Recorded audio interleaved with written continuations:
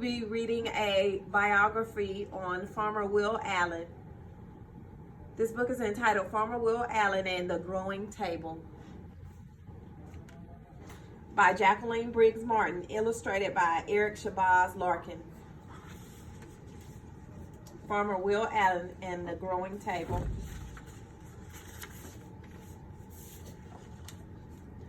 To all those who've ever planted a seed and watched it grow, farmers who tend food and flowers and tend the earth. To my God that gave me this body, to my parents that fed it well, to my wife that made it happy. Farmer Will Allen. Farmer Will Allen is as tall as his truck. He can hold a cabbage or a basketball in one hand. When he laughs, everyone laughs, glad to be in his crew. When he talks, everyone talks. But some say the special thing about Will Allen is that he can see what others can't see. Are they right? When he looked at the abandoned city lot and saw a huge table heaped with food, was he right? The kitchen table. When Will Allen was a boy, bowls of peas, greens, and his favorite lima beans with ham covered the kitchen table. My mother often fixed enough food for 30, Will says. We never had a car or a TV, but we always had good food. He remembers people who'd come to dinner tired and drooped and leave laughing. Will's family grew most of their food. Will loved the food but hated the work. He planned to quit on planting, picking, pulling weeds, leave those Maryland fields for basketball or white shirt work. And he did. He graduated from college and moved to Belgium to play professional basketball. When a Belgian friend asked him to help dig potatoes, Will realized he loved digging in the dirt. He grew so much food that he and his wife Cindy covered their kitchen table with Thanksgiving dinner for a team of basketball friends. A new kind of farm. When Will was done with basketball, he worked a white shirt job in Wisconsin and found time to grow vegetables on Cindy's parents' land. But Will wanted his own place. He'd seen that fresh vegetables were as scarce in the city as trout in the desert. Will believed everyone everywhere had a right to good food. But how could Will farm in the middle of pavement and parking lots? One day, driving in Milwaukee, Will spotted 6 empty greenhouses on a plot of land about the size of a large supermarket for sale. He could see kids who'd never eaten a ripe tomato, never crushed a raw green bean, sitting at his table eating his vegetables. Will Allen bought the city lot. The dirty soil.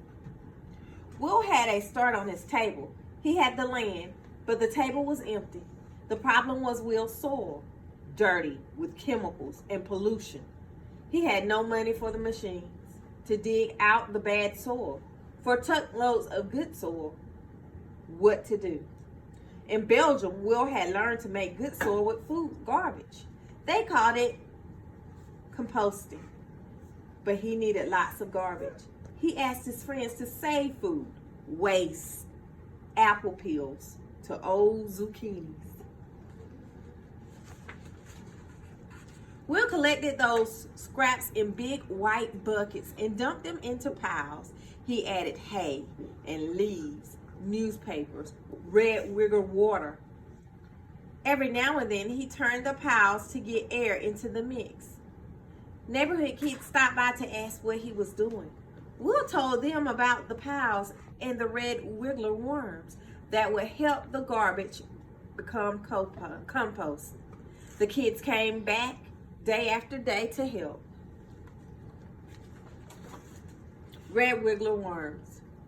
Then one day, bad news. The red wiggler cruise was dying.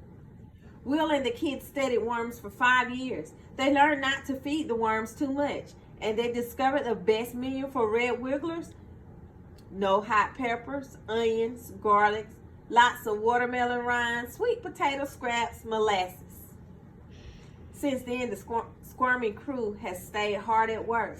Will says worm magic is what makes his farm grow. Making a bigger table growing power. Once Will had good soil, he was ready to plant vegetables, but he didn't have much space.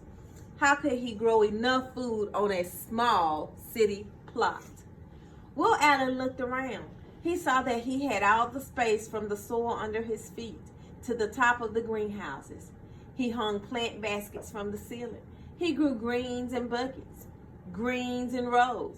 He crowded shelves with pots of spinach, chard lettuce. He grew stacks of tiny salad sprouts in boxes, hundreds of boxes. Will added hoop houses to hold more boxes and more long rows of vegetables. He added vats of water and fish to his greenhouses. Fish wastewater grows the sprouts. The sprouts clean the water for the fish. Fish, water, sprouts work together like a three-part farm machine. He added goats, chickens, turkeys, and bees to the city farm he named Growing Power. Finding farmers. Farmer Will's work clothes are jeans and a blue sweatshirt with cut-off sleeves. He's busy from early morning to night. Still, one person could never grow all the food Will wanted to grow. Where could he find more farmers in the middle of the city? Will Allen looked around. He saw teenagers, school children, parents, grandparents. He taught them to be farmers. Then Will's table held as much as several supermarkets, thousands of pounds of food. Neighbors who lived in high-rises far off the growing ground came and still come to Will's farm to buy fresh vegetables, fish, or eggs. People have gone and still go to fancy restaurants to eat Will's food. But Will wanted his table to feed folks all over the world. How could he build one huge table that crossed continents? Growing power around the world. Will thought about the problem of the world-sized table. He looked around and saw his many helpers who learned to be farmers. He would teach people everywhere to grow food for their own tables. Will Allen began to travel. He has crisscrossed the United States showing others how to farm in the city. And he has taken his red wiggers to Kenya, to London, all over the world. The world has also come to his Milwaukee farm. 20,000 visitors a year tour the greenhouses, watch the goats, snack on greens, and go home planning to start a farm on a city lot, rooftop, or abandoned highway. Will and the 50 million. Is Will Allen done? Never.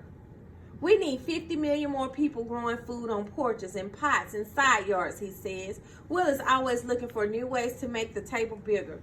More schoolyard plots, a vertical farm that's 5 stories high, farms in empty factories or warehouses. Will Allen dreams of a day when city farms are as common as street lights and every table is covered with good food.